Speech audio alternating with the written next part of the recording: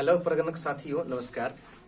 अभी आप लोग बिहार जाति आधारित गणना 2022 के बारे में बहुत सारा टिप्स समझने जा रहे हैं। जितने भी हमारे प्रगणक साथी हैं उनको दिल से नमस्कार करते हैं, और जो हमारे पर्यवेक्षक महोदय हैं, गुरुजन हैं, उन सभी को मेरा प्रणाम।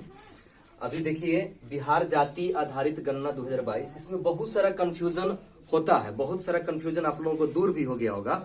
लेकिन इस वीडियो को अगर आप लास्ट तक देखते हैं तो एक एक कंफ्यूजन दूर हो जाएगा, कोई कंफ्यूजन बचेगा नहीं कि आखिरकार हम इस फॉर्मेट को भरे कैसे। जो हमें फॉर्मेट मिला है बिहार जाति आधारित गणना 2022 के लिए, उस फॉर्मेट में सबसे एक नंबर में लिखा हुआ रहता है क्रम संख्या, फिर भवन संख्या, मकान संख्या, उद्देश्य यानी आवास किस उद्देश्य से बनाया गया है, आवासीय है या फिर गैर आवासीय, ये पूरा चीज में हम लिखे नहीं है। परिवारों की संख्या, परिवार के मुखिया का नाम, परिवार के सदस्यों की संख्या और परिवार का क्रम। उसके बाद का जो कॉलम है वो है दौरे की तिथि, यानी जिस दिन आप गणना करने जाइएगा क्षेत्र में वो तिथि पड़ेगा। और उसके बाद का जो कॉलम है यानी कि जो परिवार के मुखिया होंगे उससे हम हस्ताक्षर करवा लेंगे। तो नॉर्मल सी बात है। मेन दिक्कत यहाँ पर होता है, हमें क्रम संख्या लिखना भी नॉर्मल बात है। मेन दिक्कत होता है कि भवन संख्या, मकान संख्या और परिवारों की संख्या, ये परिवार का क्रम संख्या, ये चीज समझना है। समझने वाली बात क्या क्या है, सो देखिए, भवन संख्या क्या भरेंगे, मकान की संख्या क्या भरेंगे, उसके बाद उसमें परिवारों की संख्या होगा तो क्या करेंगे, उसके बाद परिवार का क्रम क्या देंगे, ये मूल बात होता है। इन्हीं मूल बात को अगर आप समझ जाते हैं तो पूरी तरह से खूब अच्छी तरीका से आपका फॉर्मेट बनकर तैयार हो जाएगा। चलिए, हमने क्षेत्र में जो कुछ काम किया है उसके आधार पर हम आपको इसमें भर करके दिखाते हैं। जैसे क्रम संख्या में कोई लफड़ा नहीं है, क्रम संख्या तो सबसे पहले 1 होगा ही, तो इसको 01 लिखिए।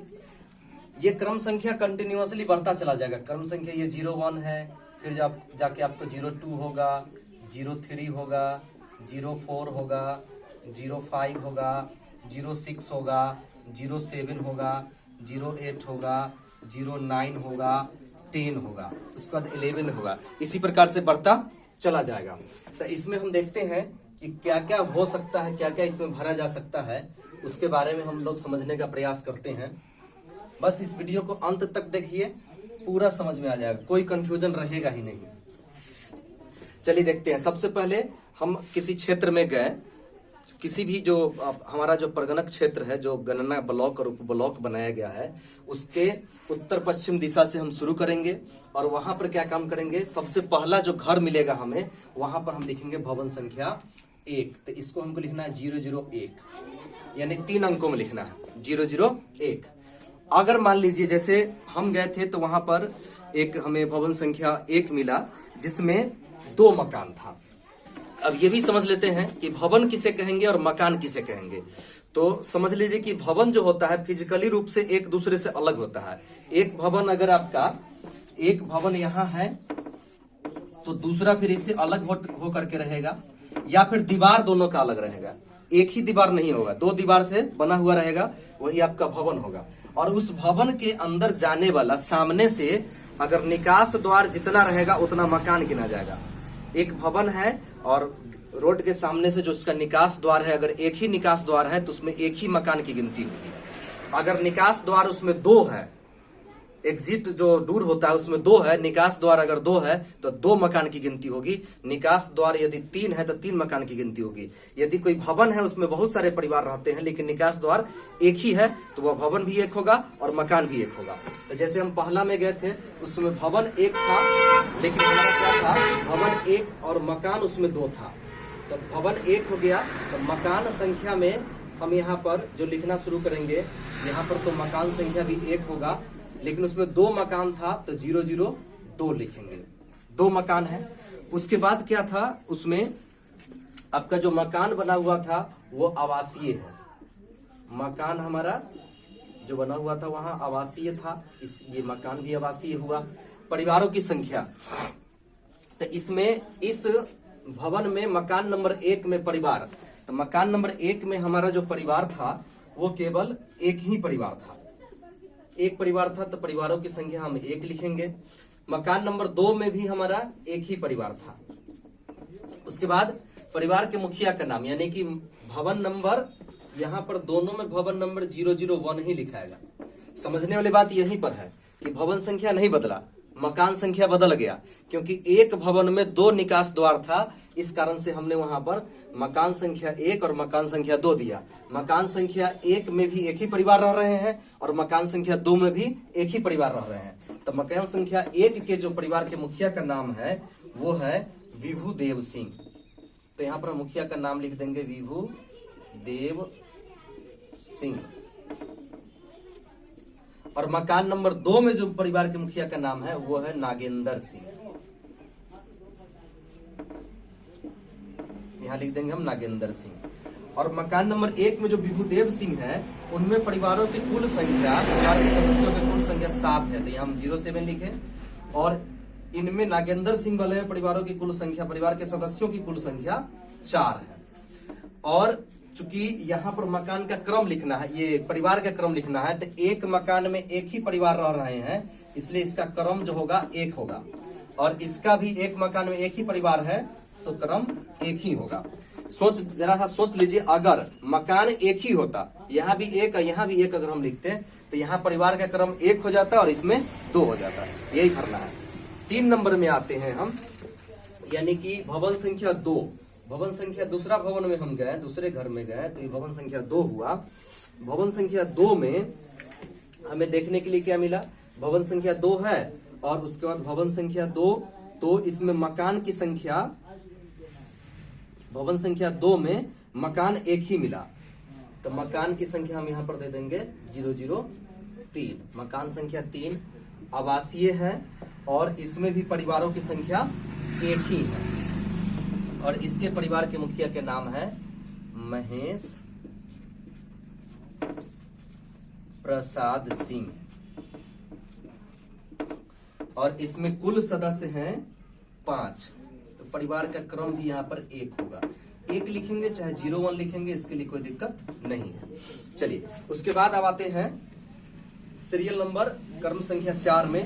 क्रम संख्या 4 में भवन संख्या बगल, मतलब अब आगे हम बढ़े तो दूसरा भवन में चले गए, फिजिकली रूप से अलग था, तो वहां पर भवन संख्या हो गया 3।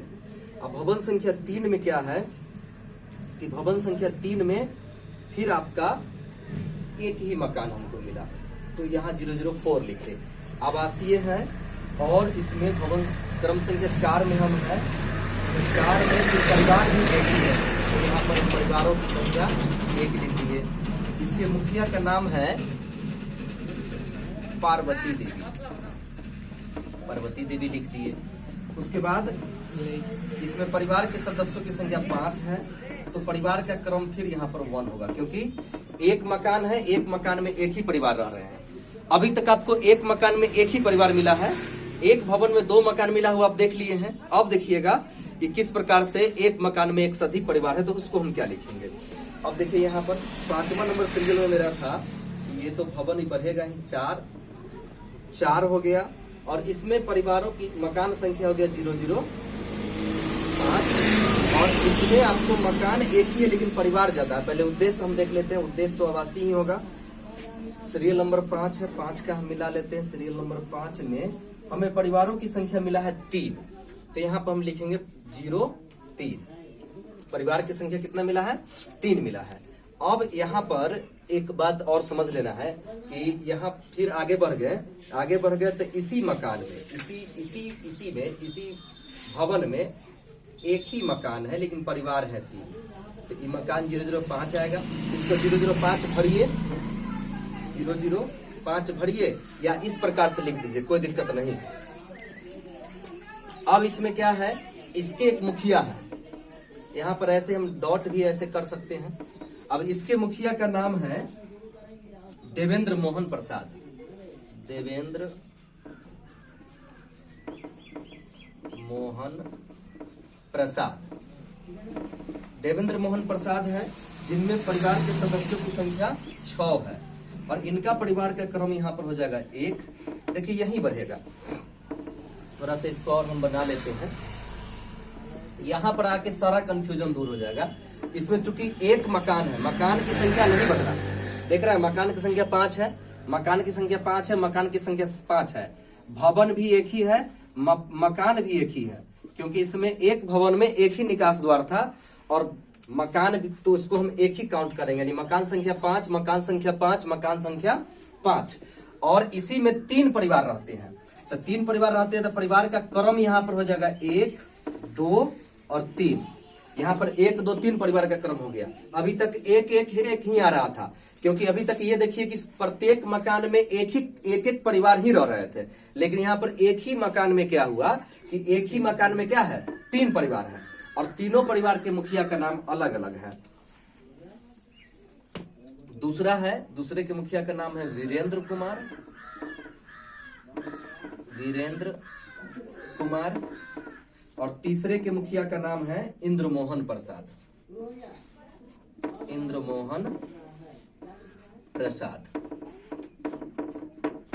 अब आप देख सकते हैं वीरेंद्र कुमार के परिवार में सदस्यों की संख्या 5 है, और इंद्रमोहन प्रसाद के परिवार में सदस्यों की संख्या 3 है।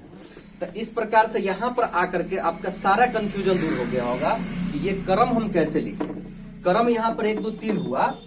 अब इसका ये मतलब नहीं है कि अगर हम अगला में जाएंगे तो क्रम संख्या 3 के बाद 4 हो जाएगा, फिर भवन बदलेगा, मकान बदलेगा, तो यहाँ पर क्रम संख्या बदल जाएगा, मतलब 1 से शुरू हो जाएगा। चलिए फिर हम एक और बढ़ा के देख लेते हैं, ज्यादा क्लियर हो जाएगा। कि आप देख लीजिए कि यहाँ पर अगर आगे हम बढ़े तो निश्चित रूप से अब ये भवन बदलेगा, तो भवन की संख्या 5 हो गया, क्रम संख्या 8 हो गया, क्रम संख्या 8 में भवन संख्या 5, लेकिन मकान संख्या हो जाएगा 6। मकान संख्या 6 हो गया, ये सब आवासीय है, मकान संख्या 6 हो गया। मकान संख्या 6 में अब परिवारों की संख्या केवल, मकान संख्या 6 में हमें परिवार मिला 1, तो यहां पर हम लिख देंगे एक ही परिवार है, और एक परिवार के मुखिया का नाम है अशोक कुमार,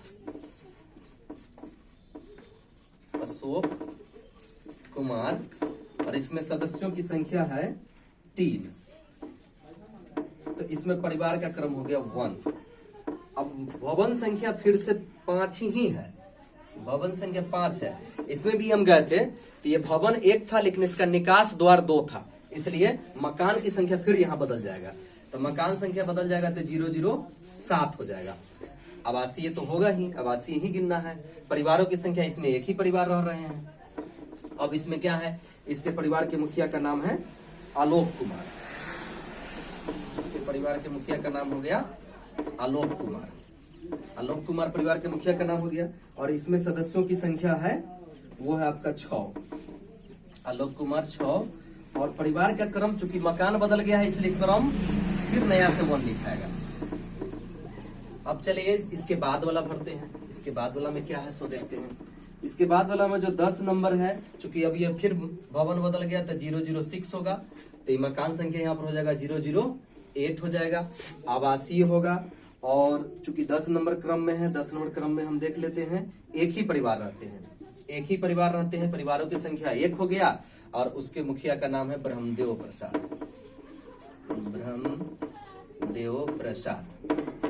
और इसमें सदस्यों की संख्या है, ब्रह्मदेव प्रसाद के परिवार में सदस्यों की संख्या हो गया आपको 6 है, परिवार का क्रम फिर 1 हो जाएगा। 10 तक क्रम संख्या हम लेकर के गए हैं। इतना देखने से आप सभी महानुभाव समझ गए होंगे कि भरा कैसे जाता है। हम एक बार इसको फिर से रिवाइज कर देते हैं कि क्या क्या होता है, जो इसमें नहीं भी आया होगा। कि करना क्या है कि एक भवन, किसी भी घर में जाना है, वह अगर फिजिकली रूप से एक घर से दूसरे घर से अलग है, दीवार उसका अलग है, तो उसको हम एक भवन मानेंगे। और एक भवन में अगर बाहर निकलने के लिए एक ही गेट है तो उसको एक ही मकान माना जाएगा। एक भवन एक मकान। अगर निकलने के लिए 2 गेट है तो उस भवन में 2 मकान माना जाएगा। अगर निकलने के लिए 3 गेट है तो उस भवन में 3 मकान माना जाएगा। तो ऐसा भी हो सकता है कि एक भवन में एक ही मकान हो, और ऐसा भी हो सकता है कि एक भवन में एक से अधिक मकान हो, और ऐसा भी हो सकता है कि एक भवन में एक मकान हो और उसी मकान में एक से अधिक परिवार रहते हो। तो सारा चीज आप देख लिए हैं। जैसे यहाँ पर पहला में ही देख लिए, इसमें भवन संख्या आपको मालूम है, भवन संख्या दोनों का सेम रह गया, लेकिन मकान संख्या बदल गया। मकान संख्या बदल गया लेकिन परिवार दोनों में एक ही रह रहे हैं, इसलिए परिवार का क्रम संख्या हम एक एक ही लिखे हैं। उसके बाद एक यहाँ पर तो सेम कंडीशन सब आते जा रहा था। फिर यहाँ पर देख लीजिए, 5 नंबर में जब आए हैं तो यहाँ देख लीजिए कि भवन संख्या 4 है, लेकिन मकान इसी भवन में भवन संख्या 4 है, 4 एक ही भवन है और एक ही मकान है, लेकिन परिवार कितने हैं? 3 है। तो परिवार 3 है तो